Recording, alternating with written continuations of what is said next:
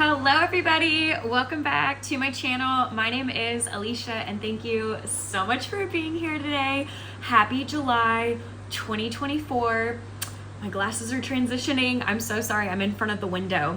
But I know if y'all saw the title of this video, it is July right now, but I'm trying to catch up on all of my monthly wrap-ups. So right now we're going over the books that I read in April, and my little boy cat Audi, he's right here. He might be coming in and out of frame, so we'll just let it be.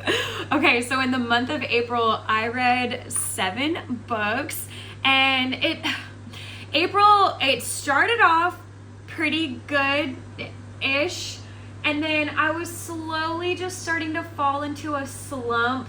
And even right now in July, I am falling into a slump because no books are just hitting the way that I want them to hit. And I did pretty good in the month of April, but not every book was the greatest. So we will just start with the very first book that I read, and that was The Love Code by Susanna Nix. My husband found this at the foreign language bookstore in Tokyo. I live in Japan, if anybody's wondering. And they had got this early because this didn't come out until March of this year. And I think they put it out, we go there a lot. I want to say they put this out in February, and that's when I got it, but I didn't read it until April. Also, this was republished. If you look it up, there's different titles. These books all had different titles, and then the covers are all different. This is book 1 of 6 in the chemistry lessons series, and I haven't read the rest of them. I'm not sure if I'm going to, but this one, it's got over 9,300 reviews across Amazon and Goodreads, and it's got between a 3.6 and a 4.1 star rating. I gave it 4 stars, and again, that's with it all being republished. I don't know how hard-hitting this was the first go around under a different title and a different cover, but this is how I consumed it. And it's pretty short. It's 292 pages, and it's a cute little romance. And I vlogged this on my channel, and it was so good starting off. I thought, oh my gosh, this is a 5-star book. And then it sort of just turned into women's fiction for a good 30 pages worth, and I even mentioned that in the vlog, but it's about Melody and Jeremy. So it's a women in STEM romance, but if you are a fan of Ali Hazelwood and you think the STEM is too much in her romances, if you think the science is too much, it is not crazy in this book. So if you're looking for women in STEM and you want that at the forefront of the book, that's not going to be this book. But if you like a nerdy, geeky girl, which is how this is marketed, she's a super intelligent, geeky girl. That's what it says in the synopsis. But her being in computer science really has nothing to do with the book. So if you're looking for that, if you want the STEM in the background, here you go, because it's not really the full plot of the story. She is going to college somewhere else. So this is a new adult romance. She's going to college elsewhere, and then she's interviewing for different jobs, and then she lands an interview with her dream job, and it's in LA, and she gets the job. And then when she gets there, she finds out that a one-night stand that she had in college is now her coworker, her colleague, and that would be Jeremy. Her and Jeremy had hooked up a couple of years ago, and now they're working together. And then on top of that, he is the CEO's son. So he is a multi-gazillionaire, and he also is a bad boy. He's got a reputation. He's in and out of the tabloids because he's got all this money, so paparazzi are always following him around. And Melody just thinks, I need to stay away from him. Also, he has a girlfriend at the beginning of this book, and she just, wants nothing to do with it. Well, he just keeps coming to her office every day, and they sort of strike up this friendship. It leads more into romance. He and that girlfriend break up, but some parts of the book just got really weird. I don't know. The women's fiction parts, there were just parts where Jeremy wasn't involved, and it was all just Melody figuring out her life in LA and making this new group of friends. that he had introduced her to, one of them being his ex. I don't know. It was so weird. It was so weird. This book, I mean, I gave it 4 stars. The writing is wonderful. I really like Susanna Nix's writing.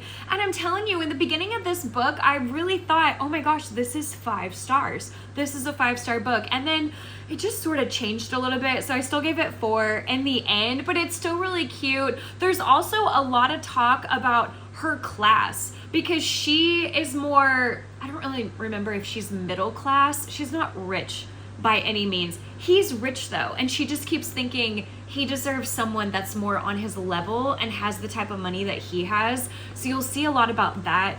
I don't know, very interesting dynamic, but when I vlogged it, I was really into it, and now looking back, I'm thinking, was this a 4-star read? But anyways, it is book 1 of 6 in that chemistry lesson series. I then, when I finished this book, went and read the synopsis for the second book. Couldn't tell you who those characters are. They have nothing to do with any characters that were in here. So then I just was reading all the synopses for all of those books, and none of them seem to be connected. So I don't know how this is a true series. I wouldn't even call it an interconnected standalone series. None of these people seem to know each other. Sorry, I'm just looking at my cat doing cat things. But anyways, that was the first book that I read in April of 2024. Book number 2, I read on my Kindle. It's free on Kindle Unlimited. If you're in the States, my Kindle is still connected to North America, and it's The Perfect Son by Frida McFadden. I, for the most part, love Frida's books. I read them so fast.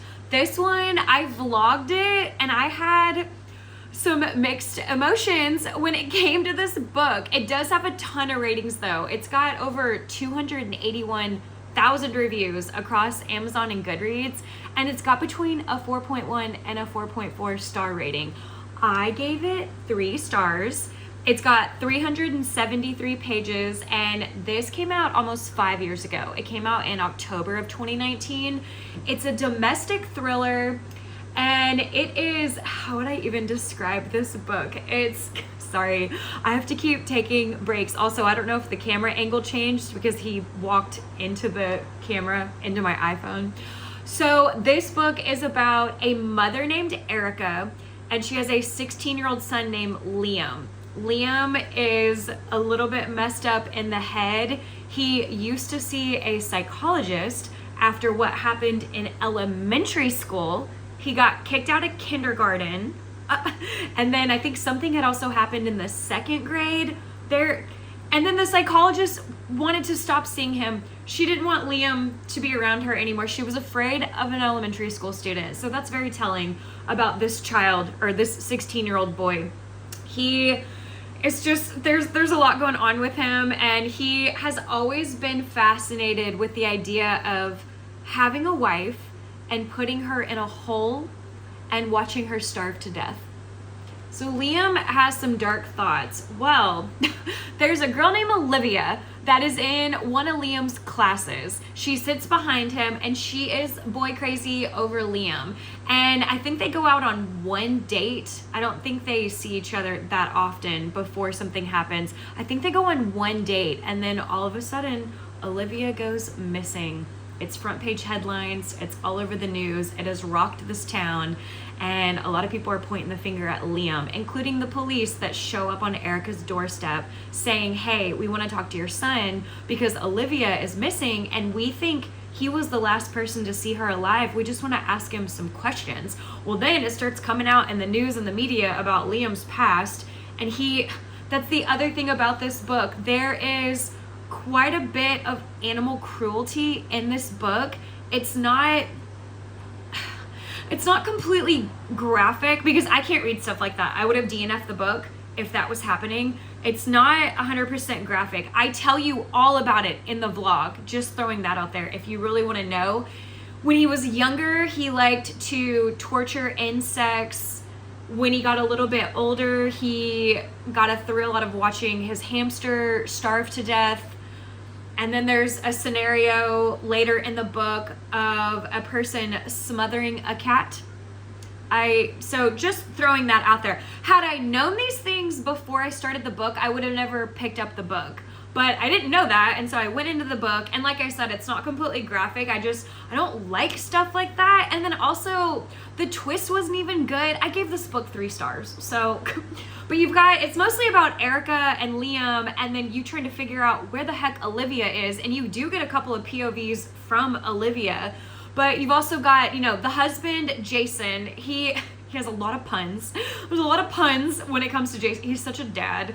And he just seems so aloof to what his son has done in the past and what he's being accused of now. The dad just, I don't know, he's a little bit of a space cadet. And then you have Hannah, the little sister. I want to say she's 14. She is relentless. I could not stand Hannah in this book, and I'm sure that was the point.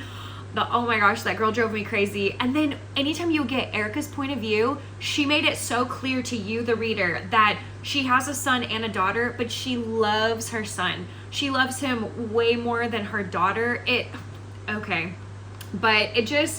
This book, it was something. I mean, it's definitely a thriller. You can read it very quickly, but just know some of those trigger warnings going into the animal cruelty trigger warnings, because I was not prepared to read any of that. But I gave this book 3 stars. Book number 3 is The Vanishing Half by Brit Bennett. She is a BIPOC author. Let's always support our BIPOC authors. This book, wow. This book has won so many awards. Google it, look it up. This book was so good. I did not give it 5 stars. Hear me out. But it was so good, and I encourage everyone to read this. I learned things that I didn't even know were a thing in the real world. Oh my gosh. Okay, let's just start off with some statistics, and then I'll get into it. It's got almost 1 million reviews. It has over 895,000 reviews across Amazon and Goodreads. And just like The Perfect Son, it has between a 4.1 and a 4.4 star rating. I gave it 4 stars. It's got 366 pages, and this came out in June of 2020, so right at 4 years ago. This is a literary fiction, although some people call it a historical fiction. I can't believe it is actually potentially classified as historical, because I think it takes place between the 1950s and the 1990s. I just can't believe anything in the 1900s that's historical. I was born in 1987. Am I historical? I'm 37. So this book, God, the premise is so interesting, and that is what drew me in. It is about twins. They are named Stella and Desiree. They are identical twins, and they are black, but they are very light-skinned black twins. They come from a community, and this is a real thing in the real world. Not this book. This book is not based on a true story, but what happens in this book happens apparently in the real world, and I had no idea. They come from this little community, this small town, and there is internal racism in that town within their own kind. It is so wild. And I vlogged this book, and I explain it way more in the vlog, because I was explaining it as I was reading it and figuring out what was going on. It is so wild to me. It's a small black community, but all of these people are light-skinned, and they keep marrying people that have even lighter skin than them, so that their daughters and sons can have even lighter skin. And then they grow up, and it's preached to them over and over that you need to then go and marry someone with even lighter skin than you, so that we can all, essentially, we can still say that we are black people, but we will have the whitest skin. That is a thing. Colorism, internalized racism, I had no idea. And God forbid you marry someone that is black. Oh, absolutely not. And when you're pregnant, they are so convinced in this community that if you drink coffee while you're pregnant or eat chocolate while you're pregnant, it'll make your baby darker. This book, I could not believe it. The more I think about it, the more I think I should give it 5 stars. Kind of like how with The Love Code, I gave it 4 stars, and now I'm thinking maybe it was a 3. With this book, I gave it a 4, and now I'm thinking maybe it's a 5-star book. It was so good. I know some people complain about the pacing of the book. I really liked it. You're going back and forth throughout the timelines, and I was eating it up, and I read this book so slowly. I really just took this book in, and it just, so anyways, sorry, I'm going on so many tangents. Stella and Desiree, they are identical twins. They're 16 years old, and their mother has told them, I'm not enrolling you for school next year. I'm not enrolling you because I need y'all to come work, because I need help paying all the bills. They no longer have a father because he was lynched by a group of white men. And again, I can't handle graphic events happening in my books. It's very quick. You don't see it. It's more just you're hearing about Stella and Desiree and how they were hiding in the closet when these men came and dragged their dad out into the street and killed him, or almost killed him. I think he ended up dying in the hospital. It's very quick though. It's very quick. If you don't want to read about that, don't worry. I didn't want to read that either, and I got through it. So anyways, their mom says she's not re-enrolling them in school because they need to go and clean rich white people's houses and bring home an income because mama needs help with the bills. And so the girls decide, no, we're running away. We got to get out of here. One of them wants to, I think, be a teacher. You need a degree for that. The other one, I don't know, wants to go do other things. You need a high school diploma for that and then a degree. So they run away, and it's just chronicling their lives after they've run away. One of them goes on to marry a black man and have a black daughter, and then that man is beaten on her, and then she comes back home to this town, in this small little town in Louisiana. It's a fictional town called Mallard. She comes home to Mallard to live with her mom, and she thinks she's only gonna stay there for a hot second, her and her baby, and the whole town is up in arms over this dark child. I think the baby is 7 or 8 years old. The mother, or the grandmother to this baby, enrolls that little girl in elementary school, and the twin is saying, no mama, we're not staying here for very long. And she says, where are you going? You don't have a job, you don't have a car, you're hiding from your husband, you're still married to him. We need to enroll her in school. She still needs to get her education. And you're chronicling, it's following that. Well, then the other twin, again, they have very light skin. She's white passing. She went and married a white man, and they have a daughter, very white daughter, blonde hair, blue eyes. And the husband and the daughter have no idea that this twin is actually, she's a black woman, and there's nothing wrong with that.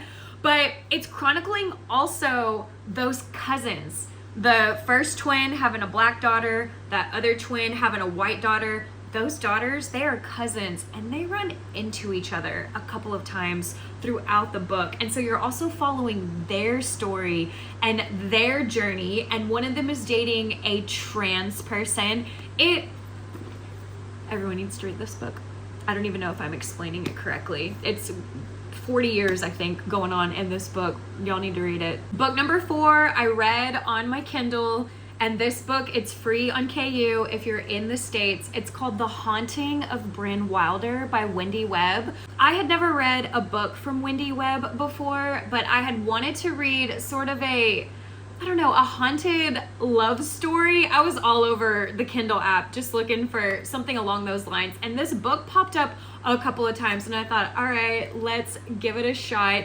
It has a lot of reviews. It's got over 51,000 reviews across Amazon and Goodreads, so people know about this book. I had no idea. It sort of has a middle of the road star rating though. It's got between a 3.9 and a 4.3. I gave it 3 stars. It's just under 300 pages. It's 289 pages, and it came out in November of 2020. A lot of books that I read this month in April that came out in 2020. And this is, yeah, it's a romance book between, what is her name? Bryn. Oh, duh, the name of the book. It's between Bryn and Dominic.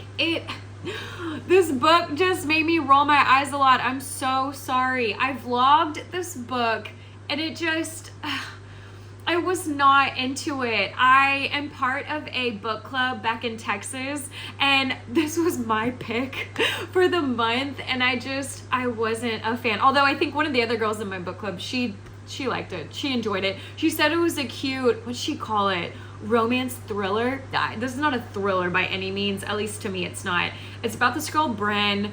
Something tragic has happened in her life, and she just needs a reset. She needs a fresh reset. So she takes a little road trip to Lake Superior. So this is happening in the States, and she is gonna stay at this boarding house for the summer. She's just gonna rent a room and be there for a couple of months and just get her life back on track, get her mind right, just figure things out, because her personal life is sort of in shambles. And she meets some interesting guests at this hotel. There's a woman named Alice. She's really frail and just she's being taken care of by another couple. And Alice seems to know some things about Bryn that she shouldn't know. Alice also knows some things about the other guests that she shouldn't know. So who is Alice? How does she know these things? The couple that is taking care of her, it's this cute gay couple. Love them, they were great.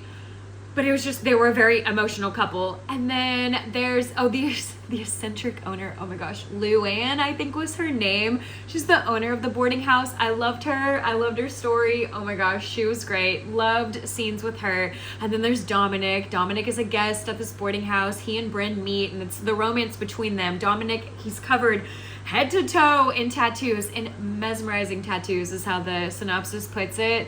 But it was so cheesy and corny. And I think the author was trying to make the book emotional, but y'all, I'm telling you, every other chapter, someone was crying. Bryn was crying. One of the, that gay couple, one of them would be crying. Bryn's crying again. Dominic's getting misty-eyed. Luann's getting misty-eyed. Oh my gosh, I rolled my eyes. It didn't feel heartfelt and emotional. It felt annoying to keep reading about these people that were always crying, and they don't even know each other, and they're just opening up to each other. What? Who just opens up to strangers? And it just, I don't know, it got cornier throughout the book. I was not a fan. I gave it 3 stars. I don't know if I already said that, but I did not like this book. I apologize. I wanted to like it. The setting was really cool. The boarding house, you're right off the lake. I mean, I really like that creepy woman Alice. Also, at this boarding house, there is a room at the end of the hallway, and it's boarded up. I don't want to say there's boards all over the doors, but no one can rent that room for the rest of the summer. And Bryn, for some reason, keeps getting called to this room, like knocking my books over. And you find out from Luann, this isn't a spoiler, but you find out from Luann that someone had passed away in that room. And so Bryn, for some reason, just keeps getting drawn to this room, and she's having weird dreams about this room. And she keeps wanting to go into it, but it's locked up, it's boarded up, it's a crime scene, someone died in there. But I just didn't like this book. I'm so sorry, I didn't like this book. 3 stars, The Haunting of Bryn Wilder. Book number 5 that I read in the month of April was The Great Gatsby by F. Scott Fitzgerald. Oh, I love this copy. I got this at that bookstore in Tokyo, but there are so many copies all over the internet, and there was a different copy that I wanted, but I just fell in love with this one, and I had to get it. I'm pretty sure I did not read this book in high school. This is considered an American classic, so if you're not from America or in America, you maybe might not have heard of this book. It did sell over 25 million copies worldwide, so maybe you have heard of it. I don't really have a rating to give y'all, a statistic on reviews and star ratings, only because there are so many copies of this book that are out. And so if you're on Amazon or Goodreads, depending on what copy you get, really just what the cover looks like, that's gonna tell you how many reviews and ratings there are. So can't really give you anything, but it has sold over 25 million copies worldwide. And this originally published in April of 1925. Very close to the 100-year anniversary of this book coming out. And this book took the world by storm when it first came out. I think if you read it now, knowing everything that has happened in the world and the books that are out nowadays, it might not affect you the way that it did everybody back in 1925, but still a great book. And it's short. This is 180 pages, so please pick this up. I gave it 4 stars. I didn't give it 5.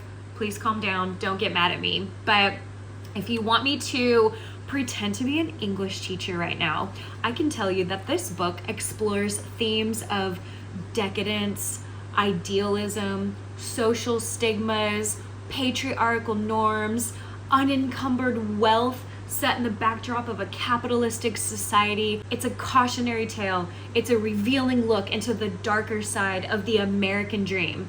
Okay, now that I'm done pretending to be an English teacher, I will tell you, this is about a man named Nick Carraway who fought in the war, and I wish it had told us more about that. I was so into that. When I was vlogging it, that's one of the things that I said. I said, wait a second, are we just gonna brush over the fact that you just got back from the war?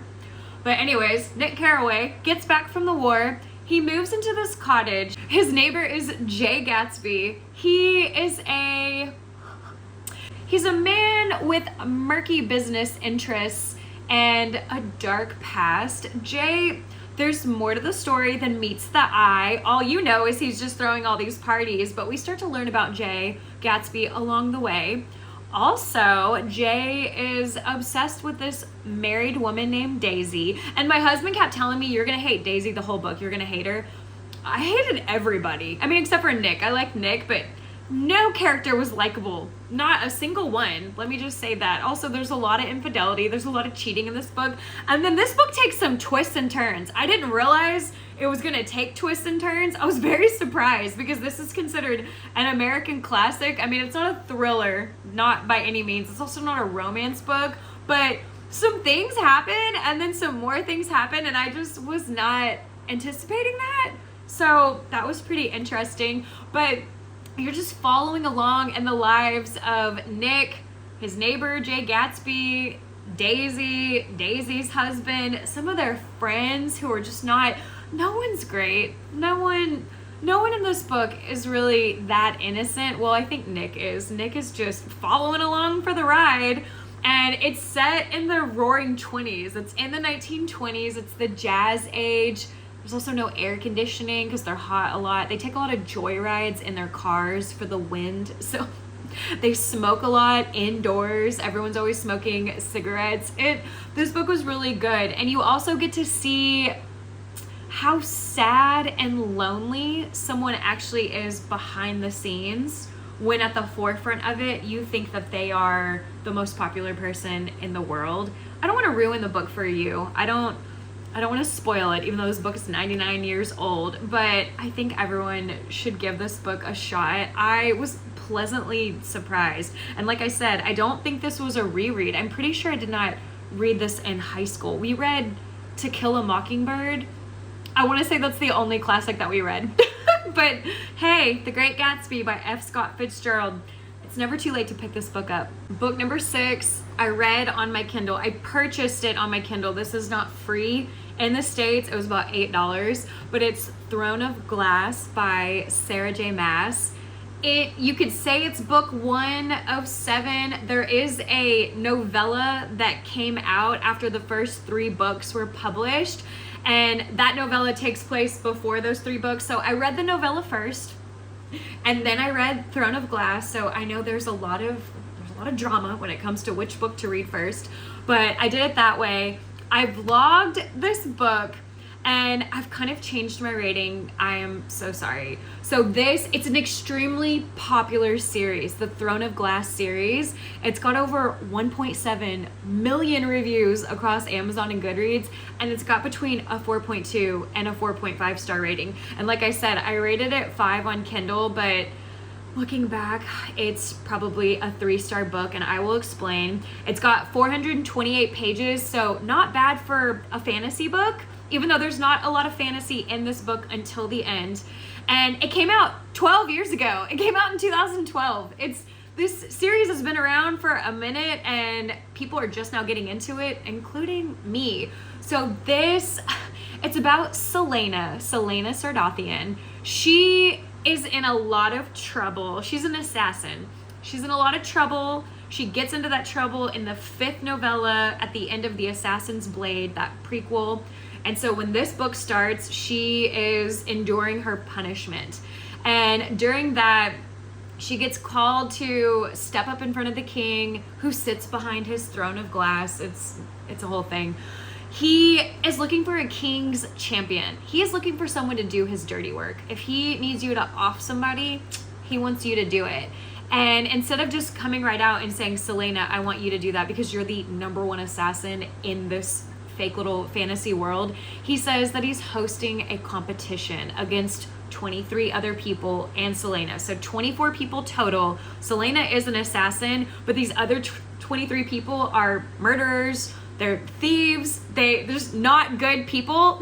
So she's competing against them, and they have all these trials that they have to do, all these, I don't know, it's a competition, all these games that they have to do. And what annoyed me, I don't think it's a spoiler to say, but it was just so easy for her. It was so easy. Every competition that she went into, it was so easy, and she kept winning, and it just, I don't know, that was making me roll my eyes, even though I still gave the book 5 stars at the end because I was still just so excited about going into this series. But looking back, this is a 3-star book, and a lot of the reviews, they're kind of alongside what I'm thinking. Just, it was very easy for her, and this was kind of a corny intro book, but apparently it gets better. The series gets better. There's also I don't know if y'all saw that. I'm reading The Summer Girl right now, but there's also a little bit of a love triangle between the king's son, so the prince, and then this captain, the captain of the guard. He's there to protect Celaena.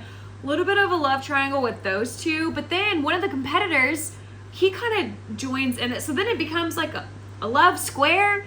I don't know, just everyone's so obsessed with Celaena, and I just thought, oh my gosh, it's so easy for this girl. I don't know how many times I'm gonna say that. I don't want to frustrate y'all, but it was too easy. This was too easy for her.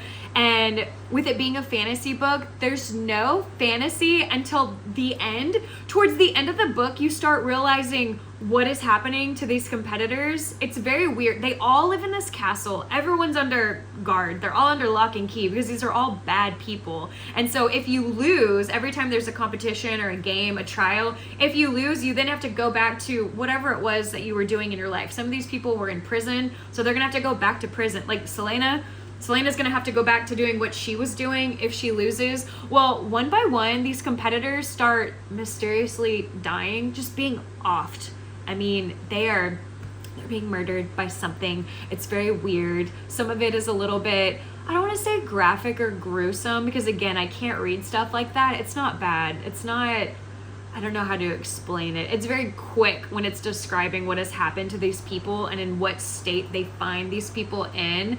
But it's not until the end of the book that this book kind of becomes a fantasy book. And I thought, oh, okay, there's the fantasy. And I even say that in the vlog, like, oh, well, if you were looking for a fantasy book, it's in the last, I don't know, 20%, 30%, I don't even remember, because it's July right now and I'm recapping April. But I don't know, like I said, I gave it 5 stars. I would probably give it 3. I do want to continue though. I would like to continue in the series, and even with the way that it left off, it opens up what's going to happen in the next book. So don't go and read synopses for any of the books until you have read the current ones. So I don't know, everyone keeps telling me you just got to get through, apparently you have to get through the first couple of books and then it gets better. But I don't know, it was all right. I was so gung-ho about it when I read it though. I was so excited. So yeah, just take my review with what you will. It's a series that apparently gets better as you get through it. So there you go, Throne of Glass. It's the first book or the second book, depending on what you're reading first. All right, the last book that I read in the month of April is called The Colliding Worlds of Mina Lee by Ellen O. Ellen is a BIPOC author, so like I said earlier, let's support our BIPOC authors. This book only has 317 reviews. That's it. 317 across Amazon and Goodreads. But it's got a kind of a middle of the road rating for having such a low amount of reviews. It's got between a 3.5 and a 4.2. I gave it 3 stars. It's just under 300 pages. It's 295 pages, and it came out this year. It came out in January, and I found this at that foreign language bookstore in Tokyo. It is a young adult science fiction, and it's about Mina. She's a teenager, so it takes place while she's in high school, and I really thought I would like this book. The premise, it's extremely short. So she wakes up on Saturday morning for this SAT prep practice class that she's got to go to. But when she wakes up, 3 things happen. She is nearly fried by a superhero who turns out to be a supervillain. She comes face to face with the handsome boy of her dreams. And then she discovers a conspiracy involving an evil corporation that she made up. Mina is trapped in her own webcomic. That's what this is. She makes comics. She gets trapped in her own webcomic that she wrote, that she created. And it even says Mina has become the hero of her own story, literally. And it's all happening in her fictional webcomic world. Mina is trapped in the story she created. And now it's up to her to save everyone, even if it means losing that handsome boy forever. So it starts off with Mina's first day of high school. It's her first day of senior year in high school, and she's with all of her friends, and she's having a very woe is me moment. And when the book first starts off, I just was already annoyed. I vlogged this book, and I think that even happened in my vlog. I'm pretty sure I read the beginning of it, and then I took some time off from reading this book, and then I came back to the vlog because I just did not like the way that Mina was acting and some of the things she was saying. I am a sardine packed tight into a smelly tin can of death. I am a bunny rabbit caught in the coils of a deadly python. I am a salmon swimming against the current into the gaping jaws of death. Y'all, that was all on one page. I underlined it. I was just getting so annoyed. But then I came back and I started reading the book, and it's cute. She's a Korean American teenager, and it's just her and her dad. Her dad is a lawyer. He works very hard. He, worked to get that law degree. He has worked very hard to be a lawyer and provide them a great life. They have this, I don't know if you'd call her a nanny or a housekeeper. I mean, Mina is 17 or 18 years old. She doesn't need that. But this woman's always cleaning the house. She's always cooking and leaving food for Mina because her dad is never there. He's always working. He's always traveling. And he just wants Mina to finish senior year and then go to a really good college and get a really good job, get a stable job, have a stable career, because her mother was an artist, essentially a penniless artist. Nothing was happening with her artwork. She wasn't selling anything. And Mina herself wants to design webcomics. That's what she wants to do. And she wants to go to an art school. And her dad is just so anti that because her mother did that and was doing nothing with her life until she met this husband and became a mother and a wife. And so she let art kind of fall by the wayside because nothing was happening with it. Well, Mina just thinks times are different now and she can make it as an artist in the real world. And her dad is so anti that. And Mina had originally taken the SAT and not gotten the best score. She passed it, and it's enough to get her into college, but it's not super high. So her dad is having her retake the SAT so she can get essentially almost a perfect score and then get into a really top Ivy League college. And her dad argue about this all the time because she wants to go to art school. You don't even need to take the SAT to go to art school. And her dad is saying, okay, if you go to a liberal arts college, you can still study art, but then you can take other courses that'll sort of open up your mind and let you see that there's more in the world than just designing webcomics. And then also what he doesn't know is that she creates these webcomics and posts them to this account called Webtoons. It's similar to me making videos and posting them to YouTube, or someone writing fanfic and posting it to Wattpad. She's creating these comics, as you can see, and then she posts them to Webtoons, and she has a decent sized following, but she wants to get even more followers so that she can eventually tell her dad, look, Dad, I can do something with this. I can create a life doing the art that I want, doing what I love. And in the midst of all of that, he has got her retaking the SAT. So she's got this prep course class that she's got to take. Well, there's a big storm and things happen. Her dad is out of town for lawyer business. And she wakes up and realizes she's in her webcomic. And so the whole book is just following her trying to get out of that webcomic and back into her real world. And then it's also following along this little romance with this boy who, I don't want to spoil it, but there is somebody. He may or may not be in the real world. There's some fantastical things going on. I don't want to say too much, but I will say that I gave the book 3 stars. It was a 4-star-ish. I was like, oh, it's a 4-star. Like, it's not the worst. It's not the best. And then I really started to think more about it and thought, this is actually a 3-star book. Well, then the end of the book came, and again, I don't want to spoil it for anybody, but there's no happily ever after. I'll just say that. There's no happily ever after, even though he's mentioned twice back here, Annie's on the front cover, and he's helping her the whole time in this book.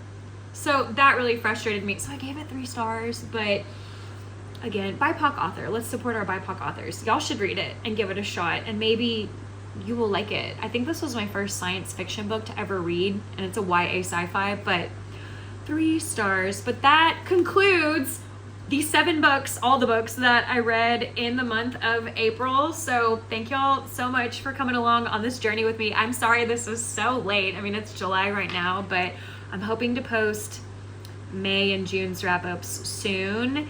And then maybe by the beginning of August, we'll get into my July wrap-ups and I'll be caught up. But y'all have a good rest of your day. Bye.